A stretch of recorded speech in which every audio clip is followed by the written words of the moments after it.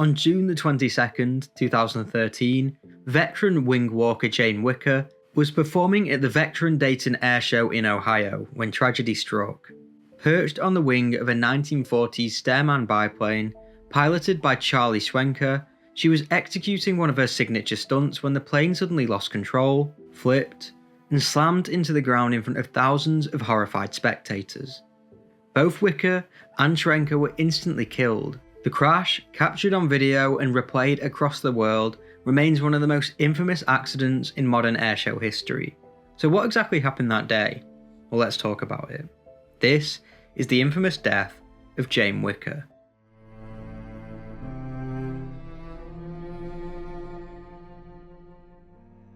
Jane Wicker was born on June the 29th, 1967 in Bristow, Virginia, and grew up with a fascination for aviation. Though she worked as a budget analyst for the Federal Aviation Administration, her true passion was in the skies. In 1990, she applied to become a wing walker, a daring and extremely rare profession that only a handful of performers in the US still pursued. She would go on to become one of the most recognised figures in the modern airshow circuit. Wing walking itself dates back to the barnstorming days of the 1920s, when pilots and stunt performers pushed the limits of aviation to thrill crowds. By the middle of the century, the practice had largely faded, but it experienced a resurgence in the 1970s. Even then, only a small number of people in the country took up the act. It required more than physical fitness. It demanded nerves of steel, a sense of rhythm with the plane, and the ability to perform complex moves whilst fighting against winds exceeding 100 miles per hour. For Wicker, it was more than a stunt, it was her identity. On her own website, she wrote, "There is nothing that feels more exhilarating or freer to me than the wind in the sky rushing by me as the earth rolls around my head. I'm alive up there." She was known for her bold routines, including her signature move of hanging upside down beneath the wing by her feet, or sitting calmly on the underside of the plane whilst it rolled inverted. Unlike many performers, she often worked without a safety harness, relying instead on training, preparation, and the trust in her pilot. By 2013, Jane Wicker was 44 years old, a mother of 2 teenage sons, recently engaged, and still performing regularly at shows across the country.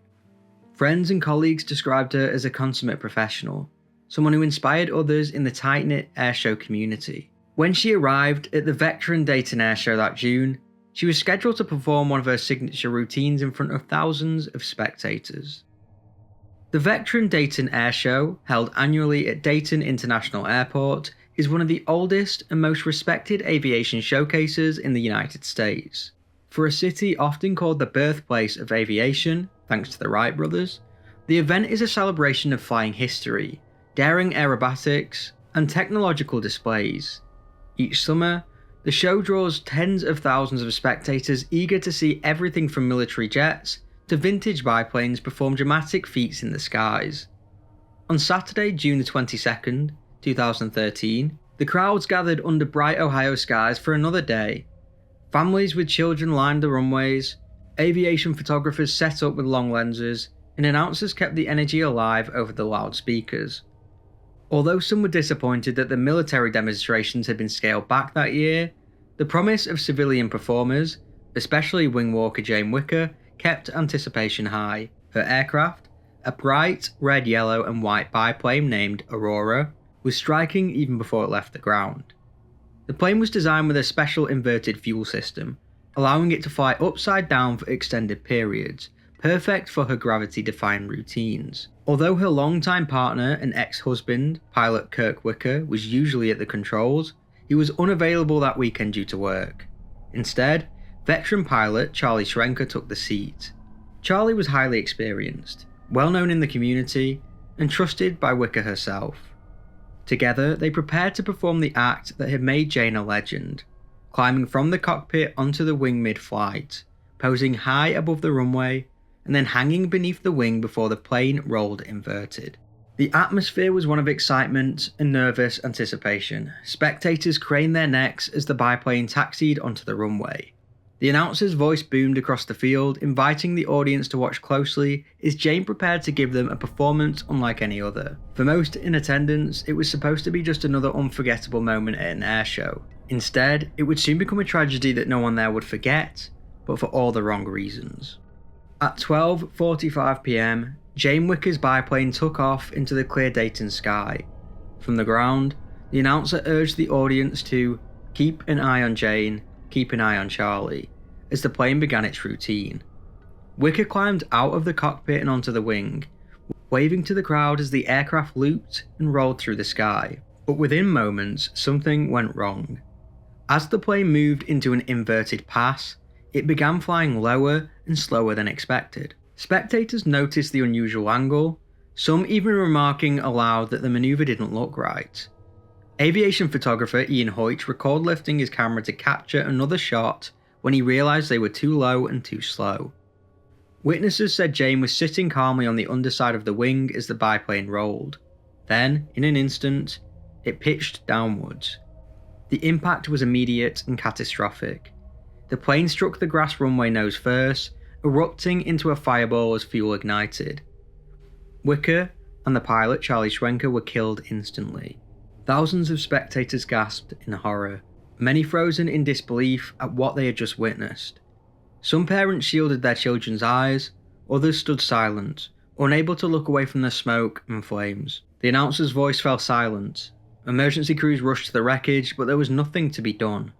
Within minutes, organisers announced that the show was cancelled for the rest of the day. Families and aviation fans filed out of the grounds in stunned quiet, the festive atmosphere replaced by shock and grief. In the days after the crash, the National Transportation Safety Board opened a full investigation. Investigators collected video evidence, interviewed witnesses, and examined the wreckage of the 1940s era biplane. While early speculation pointed to a stall caused by the plane flying too slowly during the inverted maneuver, officials were careful not to draw conclusions too quickly. Jason Aguilera, the National Transportation Safety Board investigator leading the case, noted it was too early to rule anything out. A final report, he said, would take up to a year. The Federal Aviation Administration, often questioned about the safety of air shows, defended the practice of wing walking. Spokeswoman Lynn Lunsford explained that performers undergo extensive training and practice routines away from crowds, stressing the accidents are rare and that the vast majority of these things occur without a hitch. Still, the image of Jane Wicker's final moments raised difficult questions about whether such high-risk stunts should continue. The airshow community, meanwhile, mourned the loss of one of its most beloved figures. Colleagues described Wicker as a professional with unmatched passion for her craft. John King, president of the Flying Circus Air Show, where she had trained, remembered her as the ultimate professional.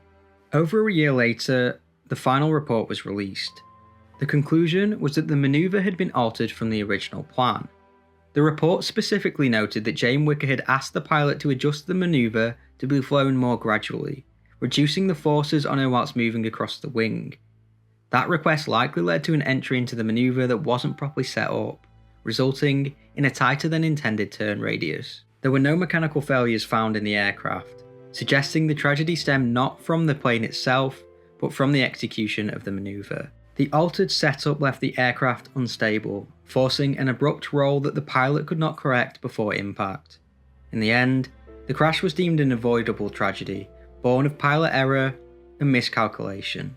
Jane left behind 2 teenage sons and a fiancé, along with a legacy that reached beyond the airshow circuit. For Jane, wing walking was not simply a performance, it was her destiny. And although her life ended in tragedy, she remains remembered as one of the bold few who lived and ultimately died in pursuit of the sky. May both of them rest in peace. As always, this is not an AI channel, I do everything myself, and if you appreciate my work, subscribe, and if you want to go the extra step to support the channel, maybe consider becoming a member. Let me know what you thought about this case in the comments below, and as always, thank you for watching.